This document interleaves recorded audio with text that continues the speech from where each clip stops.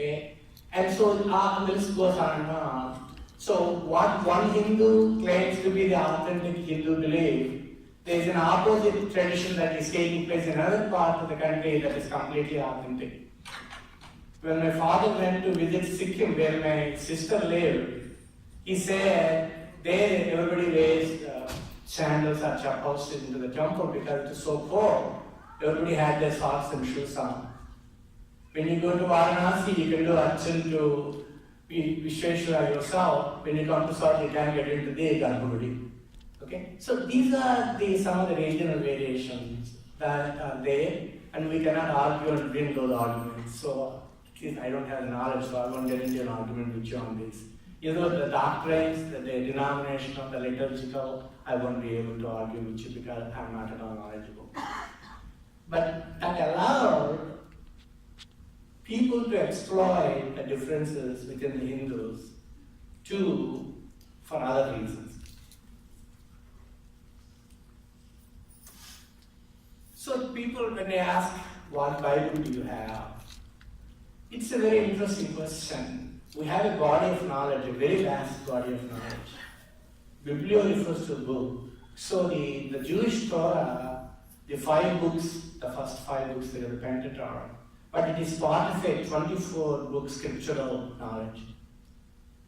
The Christian Bible has both the Old Testament, the first 5 books, and the Christian, and then the Pauline letters, the letters to Corinthians. There are several. And these are all considered to be the scriptural source of Christian Bible, the scriptures. So we have our own scriptures, we have our own interpretation, we have our own commentators. And acharyas, the Upanishadic acharyas, the Vedanta, all of them are offshoot of that body of knowledge. So what happened was, Bhagavad Gita somehow, for right reasons, ended up being the one defining characteristic of Hinduism. For example, when you go to testify somewhere, if you are asked to testify on the Bible, you can choose to use Bhagavad Gita as your scripture, and you can take a oath of office with that or testify in a court. So Bhagavad Gita became basically a summary of everything that Hinduism stands for, which is a good thing. There are controversies, but that's what it is.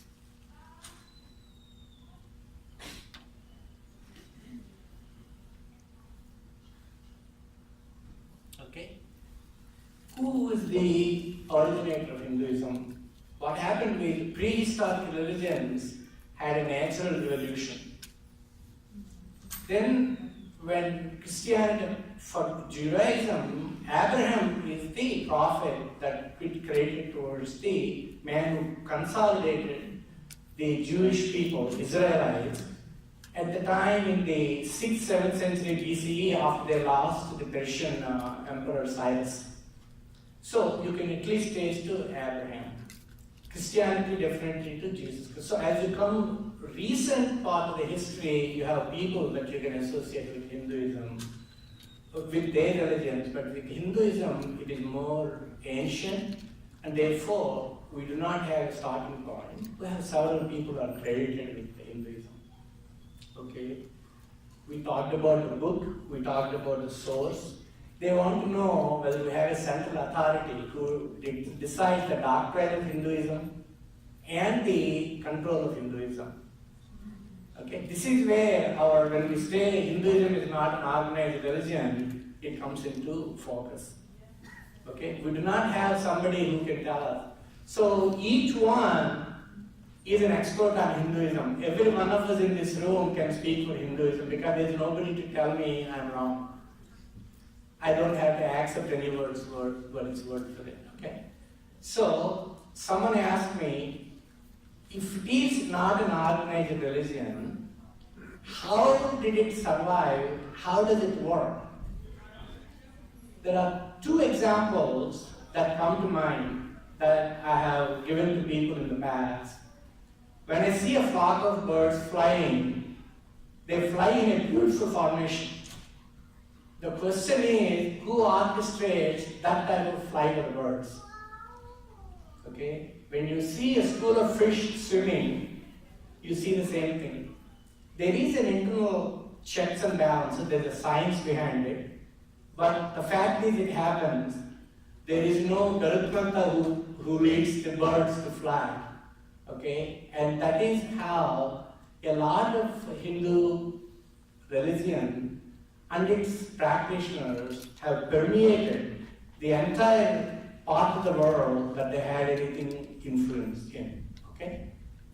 Now, when people say it is not an organized religion, let us say Hinduism survived 10,000 years without being organized, without anybody to make a set of rules. It is quite likely that we have reached a point where without a decent amount of organization, this is going to disappear. Therefore, if we got away for 10,000 years without being organized, if we do not organize today, tomorrow, the next 10 years, next 50 years, next 100 years, there is a great chance that our influence as a major force of morality, spirituality, and authenticity will continue to diminish. And I will tell you why it is happening right now. Okay? The second one is, people talk about it is not a religion, it is a way of life. Okay, I can give you that. If it is a way of life, what type of way of life it is? If you look at Hindu society, over millennia, it has always been an agrarian religion, agrarian faith. What that means is, the unit of a Hindu society was a village. The principal occupation of the people was farming, agriculture.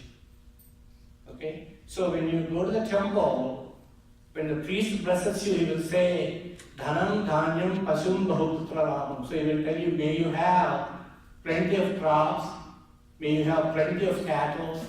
Okay? That is your wealth. In Mahabharata, Virata Parvanano, Uttaragograhanalo emutundi, the Pandavas, they go to take the cattle of Virat Raja in order to provoke the war. Okay? Not the Pandavas, but the Kauravas. So because the cattle defined the wealth of the communities. Okay, so if it is an agrarian society, if it was defined by a village unit, and it had a certain amount of order to it, it had a certain amount of functionality to it. What did that accomplish? It allowed each village to be independent, like a cell in an organism. The king, no matter who it was a remote presence. A king stayed in the capital. So if that capital had a Mughalai emperor, or it had a British viceroy, for the most of the rural folks, it did not affect them. Okay? Another aspect of Hinduism that sustained it, how many of you know the destruction of the library in Alexandria? At the time, just about Caesar, at the time of Christianity, a great calamity, I don't remember now whether it was by sabotage or by accident, the entire library of Alexandria was burned and lost. Knowledge that was accumulated at that point was gone. After Galen, G-A-L-E-N, Galen, in the 5th century, 5th, 6th century, there was 1,000 years of darkness within the European society until Renaissance came in 15th, 16th centuries. Those are called the Dark Ages. Those were Dark Ages because Christianity took such strong hold in the society, it choked off everything, including scientific inquiry. The vibrant Greek, Roman, and other philosophies were completely wiped out because of Christian dogma. During that time, Arabs, Islam was flourishing. And they took Greek and Roman writing and converted them to Arabic and preserved them, and they were then taken back into the European knowledge base, starting from the 16th century. In India, Nalanda, Takshashila, Ujjayini, all those, they were repeatedly raided and destroyed their knowledge. Not only that, hundreds and thousands of Vedic scholars the people who are upholding the knowledge of the Hindu scriptural knowledge and scientific knowledge were killed.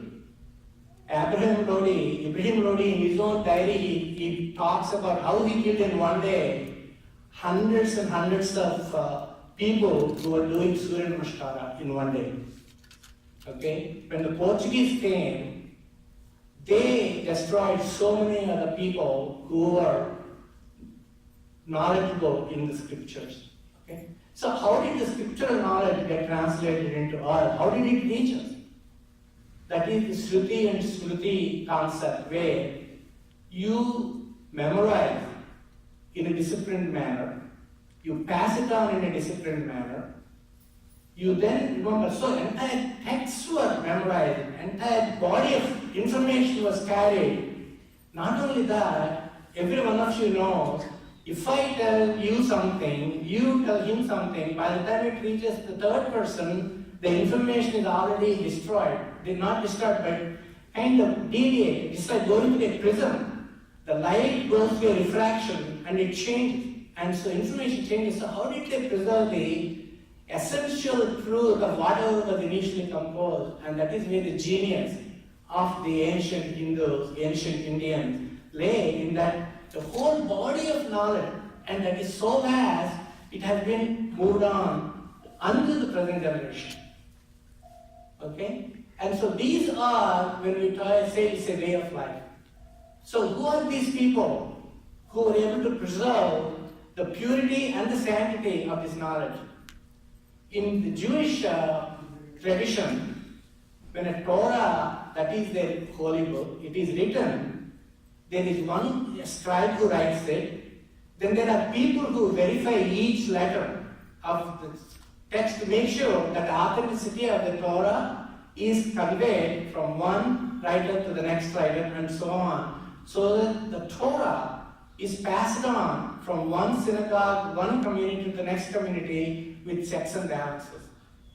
When we listen to our Vedic Pandits recite the Veda, and many of you are participants in Atirudram and you have learned it, the Rudram Chamakam, there are so many ways the letters and the words are repeated for a reason, which is, if you make one change, it can be caught, it can be verified. Therefore, the teacher and the Sishya, the Guru-Sishya effect, will preserve the sanctity of the text. Okay, this is what is meant by way of life. Okay, now, we're all bragging ourselves that we have this Vedic knowledge, we have this so much of information, we are able to preserve our Hindu body of knowledge through the millennia. What happens if that community that spent their lives protecting and conveying it to the next generation, one, was misunderstood, secondly, their livelihood is taken away. In other words, in Hindu societies, the royal, the king, always protected their scholars, their pandits.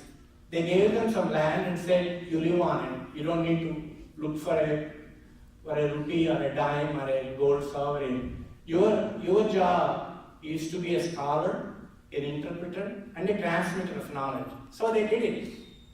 Now, those people are gone. Their children and grandchildren are now business people, CEOs, other things, anything but. Okay? So, if you lose your rural base, you are one of 30 million people who live in New Delhi, 25 million people who live in Mumbai, 22 million people who live in Hyderabad. The whole unit of so-called way of life is completely gone. And then, the Brahmana community, which has got so many strict rules to observe in order to be imparted this knowledge, is completely, one, decimated, secondly, walked away from this, thirdly, could not make a living, and fourthly, being branded as being the root cause in the face of all evil that befall the Hindu faith. So much so, to be a Brahmin scholar is somehow, it is a negative aspect of the society, which is a very successful way of destroying your faith because you're getting rid of the source of this whole knowledge. If today you want to look up something, when you want to read a book and try to find somebody who can interpret for you, it is becoming harder and harder. So what happens? We all take the easy way out. We go to Google, we put there some name and it shows Wikipedia, and Wikipedia has got the explanation.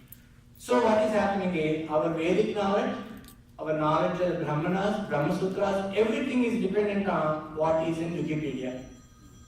Okay? What is in Google. Who are the people who are writing them? Not us. Are we intellectually honest enough to do it? No, we are not. How do I know that? One is we are walking away from our traditions, that is okay.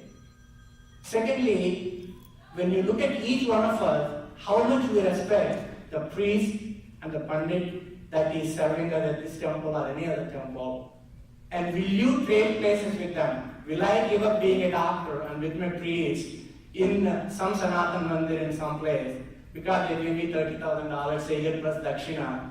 I can't send my kids to school. Therefore, I will make sure that my kid does not become a priest. Okay? How many professors of Hinduism are there who are Indian? Either in India or here.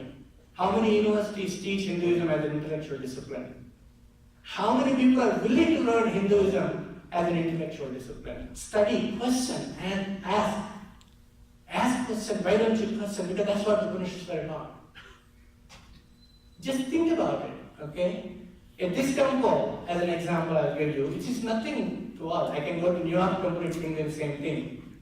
When I stand in line for darshana, let us say it takes 20 minutes, and you can see in that line, you just go and see next time. In that 20 minutes, there is so much restlessness. People will be checking their cell phones, people will be talking. Why? Because the priest is taking too long to give tirtham and prasadam. Okay, you come to spend 2 hours in the temple, 5 minutes upstairs, 1.5 hours in the kitchen. Okay? And you have Bhavihar, people drop off their kids, and we tried our best in the past. That 10 to 12 o'clock, we had here seminars on Hinduism. We didn't have Bhavihar parents come because they were busy with their laptops in the kitchen. I don't blame anybody. I'm just telling you the truth as it is. Okay, it is introspection time, it is not finger pointing time. So what is happening is, if you look at a community like this, which is about 200,000 people in Atlanta, with 50 temples or more, a collective amount of money spent, probably in excess of $100 million, how many Hindu schools are there? Okay? Just to give you an idea, I don't know what time it is, but I'm going to tell you. There is in the state of Georgia a provision. If you make a donation to a non-profit private school, that is a charitable donation. You get 100% back because you get dollar for dollar deduction from state of Georgia, plus you used to get a federal tax write-off. So you give $1 to your private school, you get $1.30 back, $1.20 back. So it is a no-brainer. It is simply the government transferring money, public money, to a private education. So my CPA told me, give it to a Hindu school. I said, there are no Hindu schools I can give it to. Because there are Jewish schools, there are Christian schools, but there are no Hindu schools. Okay? I know one Hindu university which was struggling in Florida. Okay? We are about 3+ million people in this country. The Jewish population, when it was less than that, created universities, created hospitals, created medical schools. You know Albert Einstein, you know Brandeis, you know all those things. In this town, Arthur Blank, Bernie Marcus, John Mother, Owen Falcons, founders of Home Depot, they have a beautiful institute, and they have Jewish studies. They have funded, Hillel, which is a college campus for Jewish students. Okay, how much money is invested in bringing Jewish kids and educating them? How much money is invested by the Hindu community in providing Hindu education? I'm not asking you to teach them shlokas, that's not what I'm talking about. I'm talking about investing in education for sustaining the Hindu faith. Okay? That is the problem that we are dealing with, the misallocation of our priorities. I will tell you, our temples, let us say, have a lot of gold jewelry, all those things. Let us say that, okay? And we are very proud of the fact that our deities, Bhagavan is ornate. Okay? Think of 11th century, 12th century and beyond. How much of the temple wealth was taken away? The Somnath temple itself was robbed how many times? So, the wealth and the jewelry that we have are well and good. How did Hinduism survive that kind of destruction? One of the statistics I read said the 3 to 4 centuries, the 12th to 16th century, the population of India went from 200 million people to 125 million people. 75 million people were lost in those 4 centuries, given there should be natural growth, there should be calamities, plague and all that. The population was lost because of the brutal way the population was eliminated, essentially. Okay? Killed off in all the wars and all the campaigns.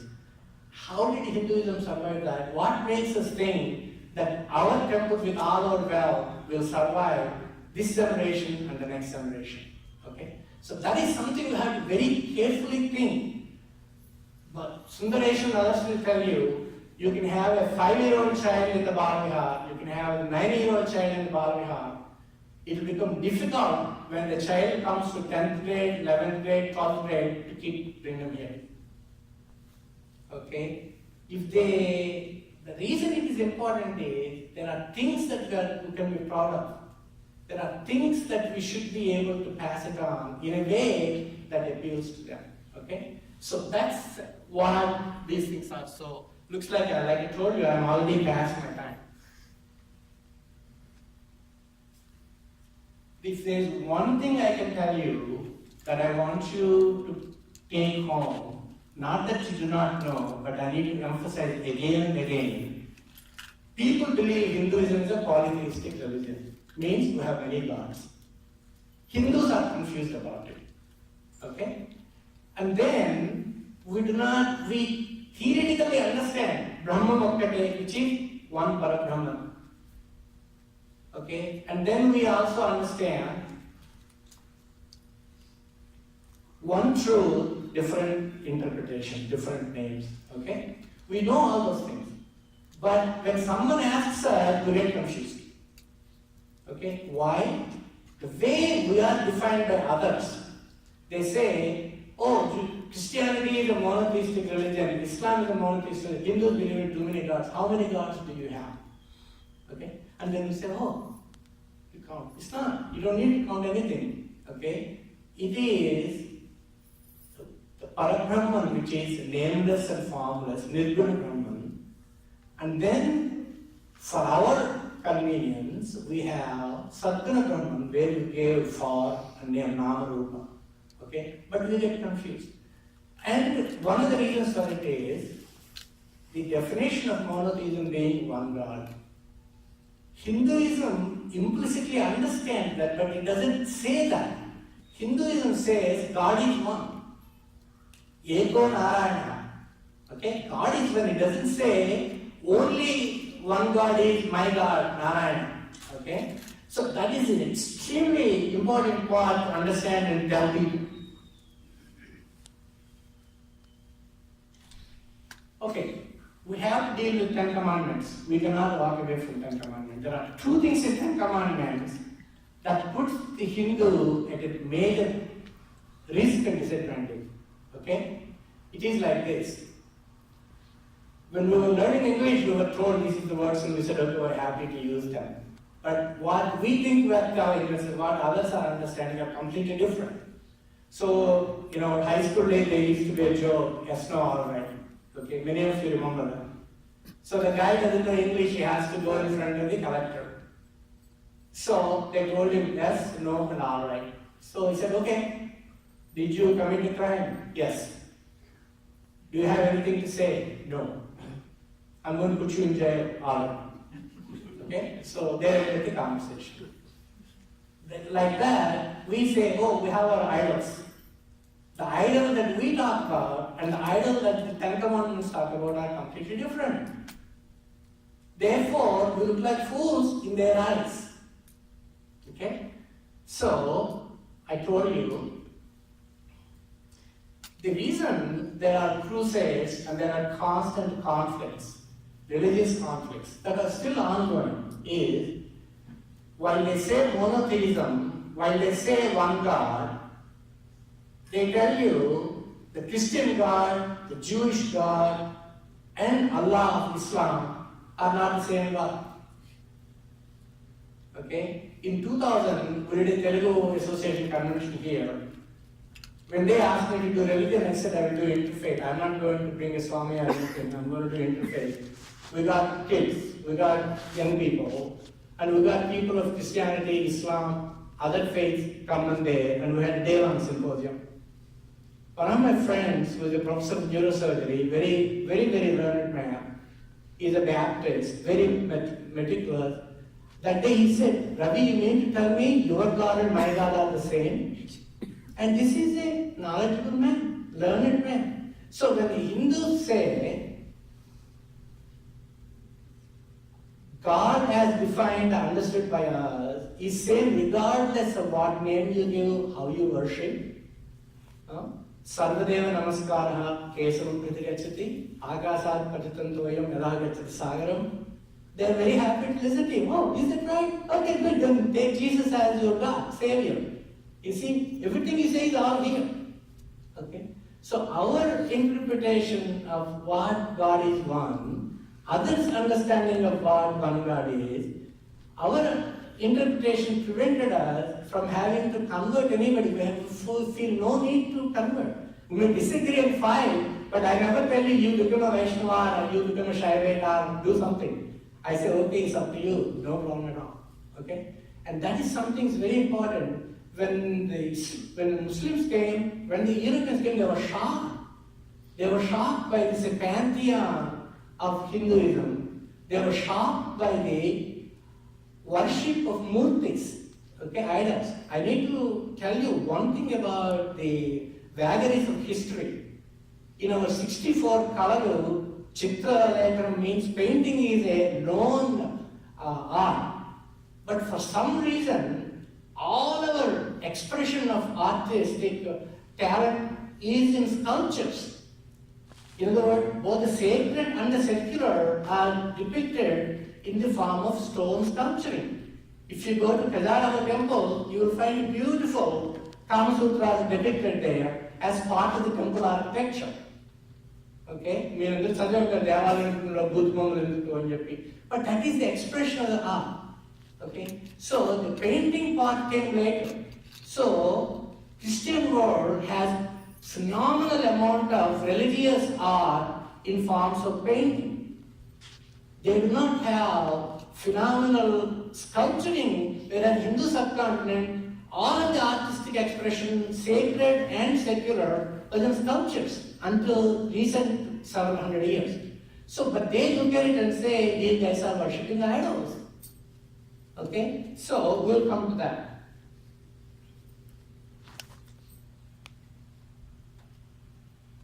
Okay. What did God say in Ten Commandments to Moses? You have to say, I am the Lord, thou shalt not have no other gods before me.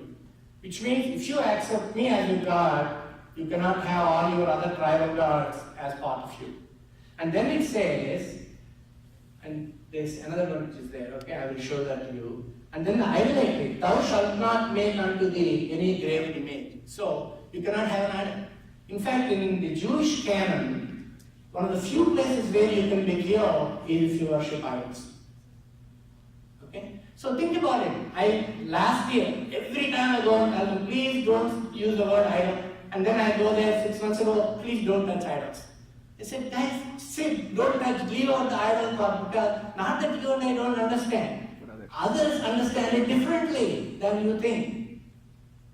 Okay? So, that is the... Okay? And this is the thing you need to know about... Okay.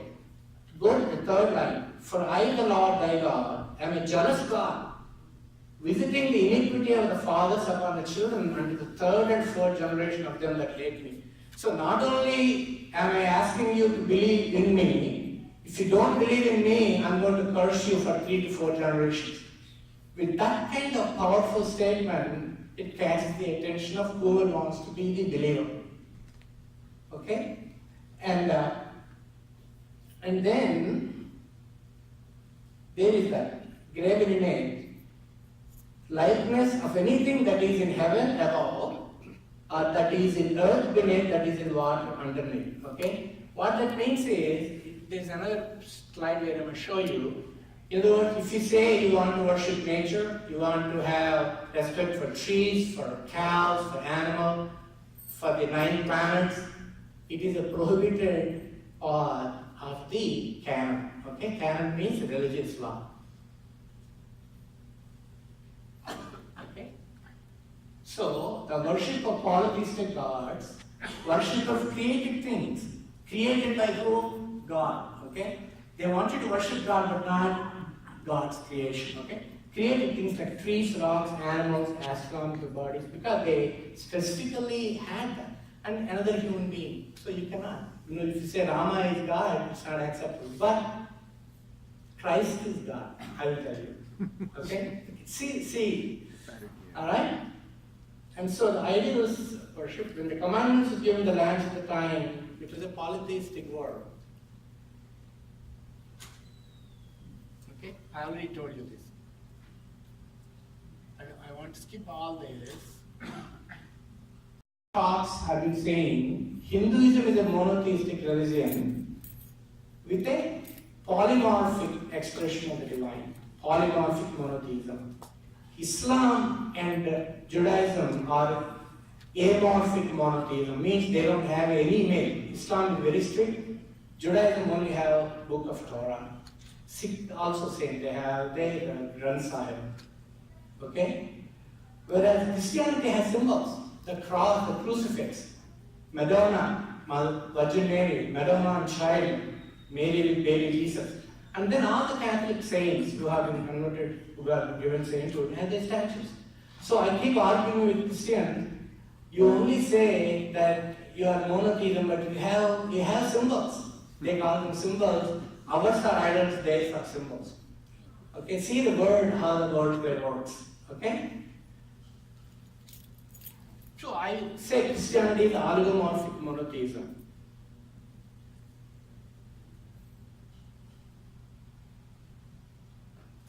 Okay, here is the problem for us. Here is the beautiful, inclusive God. In other words, we have all kinds of things that say how divine each one of us is, how we are all children of the divine. Our God is universal, our society is exclusive. So we had a weak society the entire time of our history, so we kept being defeated. Christianity, exclusive God, you choose to become a Christian, you are shut off from everything else. But the society is welcoming society. My neighborhood church would love for me to attend it. I don't need to convert. They would love for me to attend their services. They will take care of me, they will be respectful of me. Our temple, not the same. Okay? So, our society, our temples, theoretically, yes, you can. Our algorithm are people of various occupations. But just think of the society, how divisive that society was. And that is the Achilles heel of Hindu society. And I will come to that in a second. Okay, we already said this. Okay. Here is the definition of Jesus being God. Okay. One thing that made Christianity exclusive is Jesus said, I am the way, okay, I am the truth, and I am the light. And there is no way to Father except through me. So it is very clear. In order to reach salvation, it has to be only one way. There is no other way. Okay? So, now, I always tell people that Christianity is extension of the Roman Empire. It's nothing more than that. And as Roman Empire was the empire of the known world at that time, when Emperor Constantine, later Augustine, they all accepted it, it became an extension of the Roman control of the world. So there were councils of Nicaea that happened in the 4th century. Then at the time of the 6th century, in 500, what is the year I put? 553, I believe, okay, Justinian. They basically, during those 4 centuries, there was a huge discussion about the divinity of Christ, about the concept of reincarnation, and finally it was outlawed as a belief system of the doctrinal church. Until then, reincarnation was accepted, but there was a question. Okay? So, here in the Nicene Creed, this is the statement of faith that was adopted in 325. There are people who were opposed to it, they were banished from the Roman kingdom. Emperor Constantine said, okay, you guys meet and decide. Whoever does not accept it, you are thrown out, they're gone. Okay? I believe in one God, the Father Almighty. I believe in one Lord, Jesus Christ.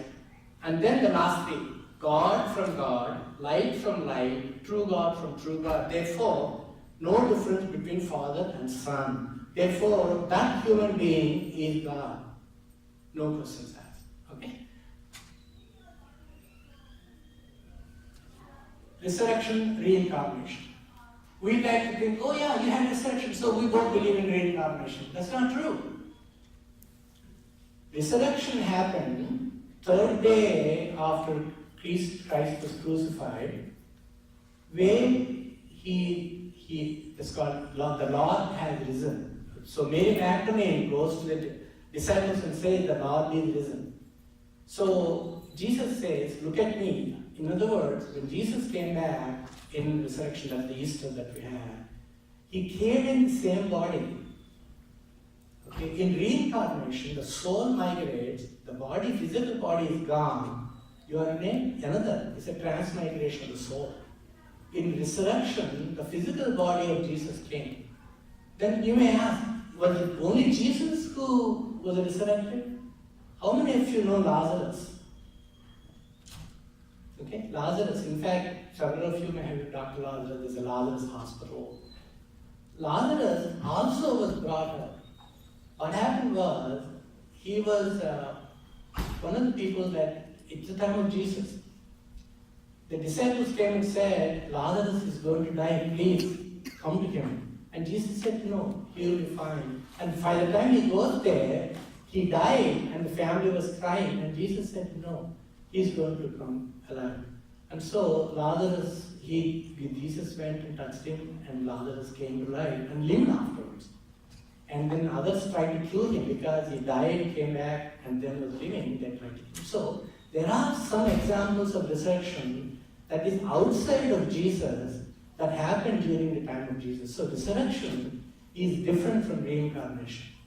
Reincarnation was a doctrine that is believed in the world at the time of Christianity that was basically put down and erased from the scriptural base in order to say this is the issue with reincarnation that the church has a problem. It takes away God the Creator's power. When God becomes simply somebody who just allows the cycles of life and death to take place, then what is the reason to even pray to God? Because your natural karma cycles take care of people. So that is the reason why reincarnation was taken out as a doctrine in the Christian church, which for us, resurrection and reincarnation are not the same. That's all I want you to understand. Okay, we talked about this aspect, right? This already we talked about it. So I tell people, when you talk about way of life, be very careful. We are changing the way of life so fast, we may not have any way to celebrate who we are going forward. Okay?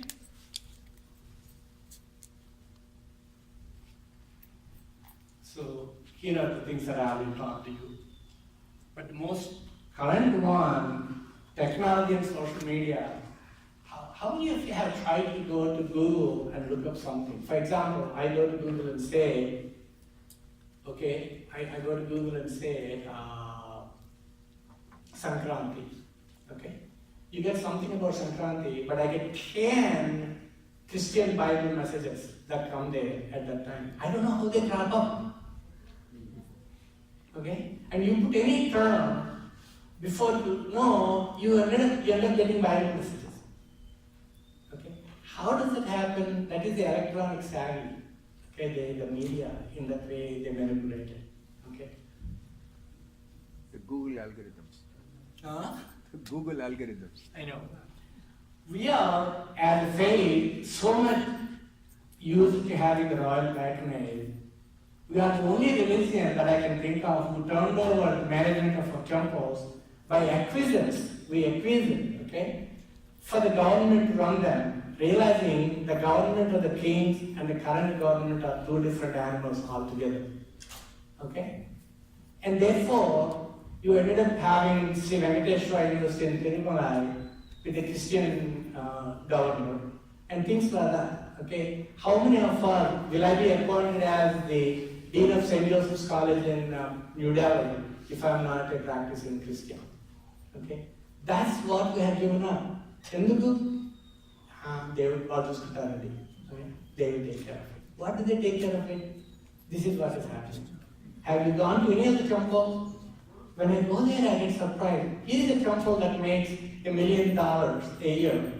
And the temple is falling apart because it goes into the treasury and then it is distributed out, nothing to maintain the infrastructure. In Vijayanagaram, the Vedic school closed. Even though it is supported by Shimadhavan temple, the lands, everything was stolen, and the Vedic school is gone. Okay? These are the things that we're dealing with. So, be careful about way of life, be careful about not being organized, because finally it is happening. Okay? So, I tell people, we look like a fish swimming in water. The entire atmosphere is permeated with the society that is self-regulated, understood some principles of living, and therefore the fish are swimming happily. Now we are thrown out and put on the shore. We are fish out of water. We are fish out of water when I go to Mumbai. We are fish out of water when I am in Atlanta. Okay? So what is it that makes us preserve ourselves? And that is something to think about.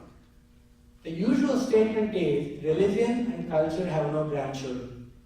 What that means is, if what I believe is not given to my children and to my grandchildren, you have a break that is gone. We saw it in the Burmese refugees. We tried so hard.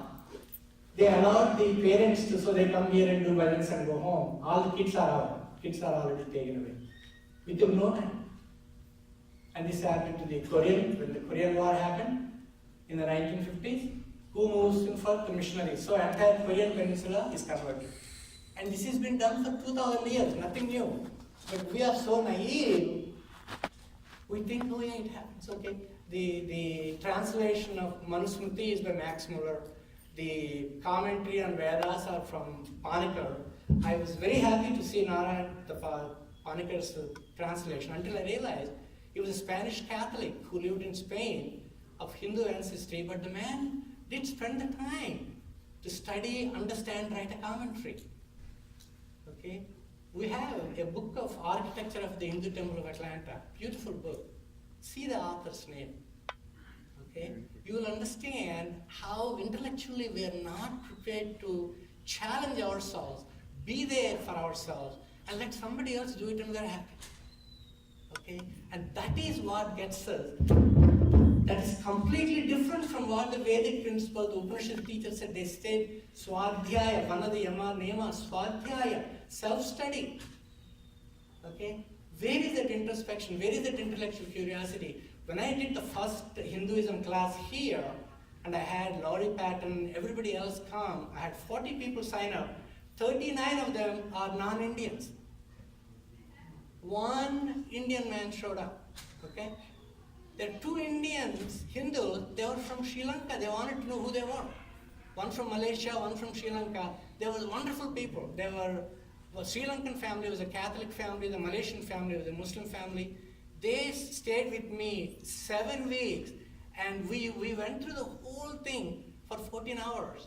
And that is how that intellectual curiosity is something that if we don't have, we cannot transmit it. The general statement is, to pass on its particular tradition or a culture, there's a minimum requirement. And that is done in looking at languages. Without a critical mass of about 100 to 200,000 people, a language will not survive. Okay? Just think of these things. I'll come to it. It's not all doom and gloom, but let me please do this, okay?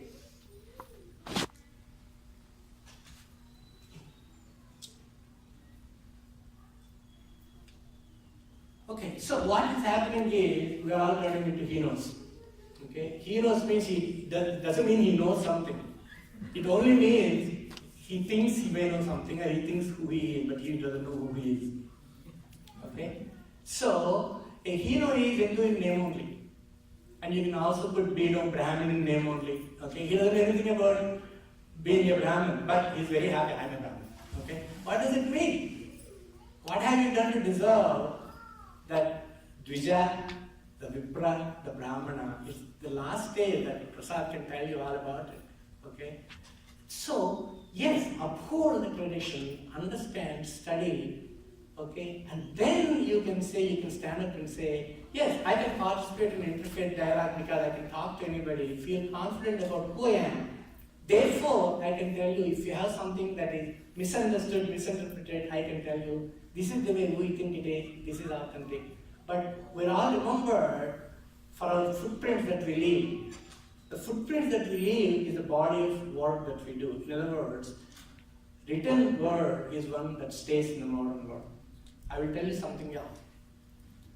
If there are churches here, there is a group that represents the churches of the Atlanta area, Georgia area. There is a Council of American Islamic Relationship called CAIR. About 15 years ago, I went from temple to temple, place to place, and said, we need to put together a group of people who can publicly speak on issues that affect Hinduism. Could not find anybody to sign up. They say, oh no, our temple is different. We follow another path. We have our group. Okay, fine. You can have your group. But when something comes that affects all of you, whether you like it or not, there's no one to speak for you.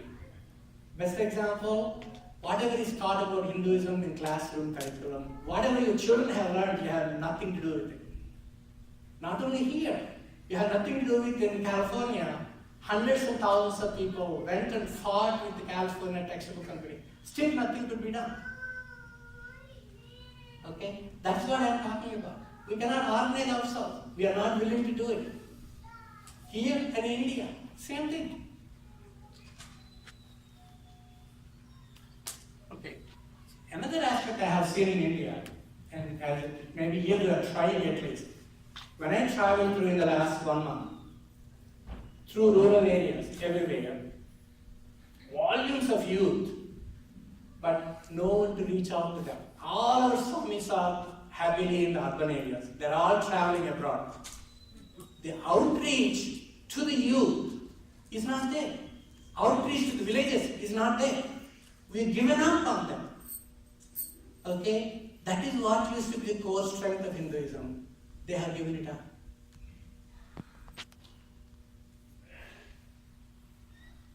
Okay.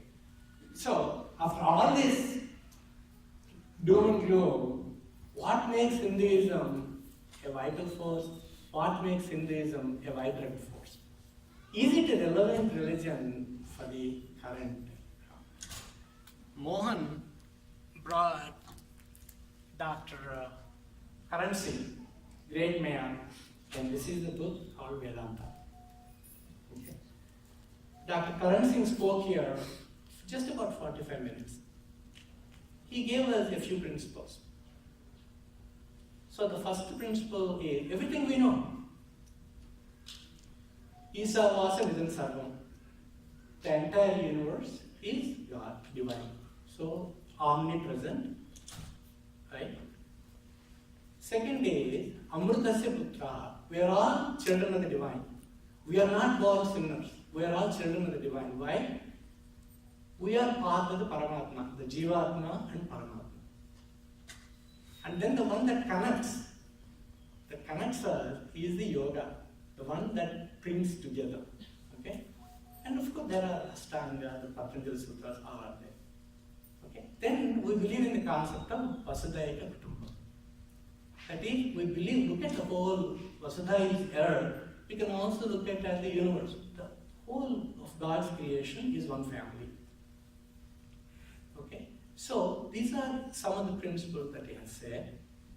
And then the fourth one was, we already talked, Ekam Sat Vibra Bhuda Bhudanti. One unified underlying principle, we call it by different names. And then the last one he said is Bahujana Hitaya, Bahujana Sukhaya Cha. We strive for the welfare and well-being of everyone. Now, tell me another religion that has such broad principles. We don't apply it to our own societies, but we can in broad sense talk about them. Therefore, we as a Hindu society sheltered the Jewish tribes when they got scattered at the dawn of Christianity, not dawn, but actually with the fall of the temple. So it was 300 BC, 400 BC at that time, okay?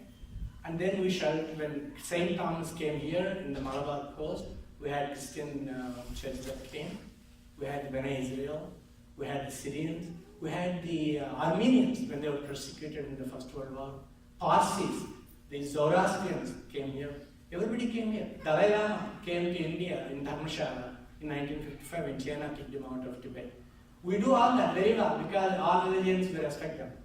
We just have a problem with our own society of allowing people to move up and down, and I will come to that also as I'm winding up. Therefore, Hinduism is a relevant religion if only we can preserve and then promote it in the right way. So will Hindu religion survive? So I already gave you all these examples, okay? But what I have seen is a lot of intellectual effort, a lot of honest hard work is taking place outside of India. And you want to acknowledge it, you want to accept it. Okay? The Swaminarayan movement, the Vedanta Society movement, the work of Chinmayananda, these are all unbelievable amount of effort is being put in to revive what is most relevant, what is meaningful, what is absolutely meaningful for the world, which includes our children and our grandchildren. Therefore, just one example. When I was growing up, nobody talked about yoga abhyasa. People would say, like, everybody would laugh and walk out. Until it caught fire in West, now everybody wants to do yoga in India. Whether they do it or not, they talk about it. Okay? So yoga had to go back to India after being revived in Western world or outside of India. So there is an incubator. That incubator, due to circumstances in India, is not allowed to survive. So you take the baby out, put it outside, and then give it back to the mother later on. Okay, that's what the zoo people do. When the mom gives birth to the tiger cub, the zookeeper will go ahead and takes the tiger cub and keeps it alive, and then afterwards brings it back to the mother so that it is protected. So that is what is happening to Hinduism outside of India. If you just think about it. What kind of Hindu newspaper can you think about, Hindu information source? You can't think of anything other than Hinduism today, the Himalaya publication. Who is it? Hawaii. Who are the disciples? Non-Indian Hindus. Where was Vinisha Swami initiated? Sri Lanka. Okay? See, that is good for India because it's a global belief. If India wants to give it up, so be it. You can revive it. We can do it. Our children can do it. Our grandchildren can do it if they believe in it. How do you make them believe? By the way we conduct ourselves.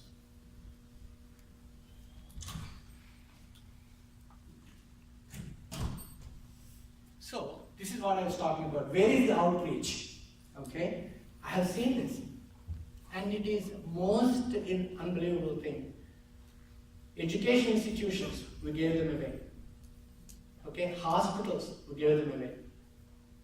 When I was talking to somebody, Mr. Rasgaru, Lakshmi Garu, when I was in India, I had to take my aunt, who was by herself, she had no living relatives. She needed to be in a senior citizen place at that time. This was maybe 10, 15 years ago. We went around. Every one of them, either a missionary operated nursing home, senior citizens home, or something else. We couldn't find one within a 100-mile radius. Just think about it. We pride in service aspect of Hinduism. How much service are we able to do? In a meaningful way, in a large-scale way. I'm not talking about you and I going and volunteering in the food kitchen, soap kitchen, collecting toys. No. I'm only talking about a global aspect. In India, today, $250,000 lunches are served by the Hare Krishna temples, Hare Krishna movement. All across the country, they serve 250,000 meals every day. Okay? When I went to KGH, my medical school, there is a Hare Krishna booth there and a dining hall. They serve meal, no questions asked. A patient or the family walk in there, they have meal given to them. And the temples used to do them. Okay? They used to have dharmasalas along the path. We lost all of them. And therefore, we are giving away our youngsters to somebody else who wants to use that as an excuse for conversion. But when you convert, okay, this is something I always tell people. When we say ours is a way of life, not a religion, others, that is also a way of life. Can you tell a Muslim way of life? Can you not tell a Christian way of life? So what happens when Srinivasa Rao becomes a Christian, his son becomes Joshua, his granddaughter becomes Mary, and slowly they move away. Their wedding would have a Mangal Sutra, but the son gets married, wedding ring. See how within a generation how things have moved away. Okay? So don't delude ourselves saying we are a way of life and you guys are religion. That is simply copping out and not facing the truth that ours is a way of life. In fact, culture, religion and language and cuisine are the three aspects of a culture. You give up religion, you give up the other two. Okay? Can you know a Muslim who cannot read the Quran in Arabic? Okay? Catholic, Latin Mass. Latin is a language that is not practiced other than outside. But how many of us say Latin is a Christian language? Okay? Science is also Latin. But when it comes to Sanskrit, somehow they say Sanskrit is a Hindu language. It's not. All the science of the ancient world, India, are in Sanskrit. But we throw away all that because we don't like Sanskrit because it is by the Brahmins and the Hindus. Okay? Then we lost the knowledge. We lost scientific knowledge of Aryabhata, of Susruta. All those people is gone when there's nobody to study them.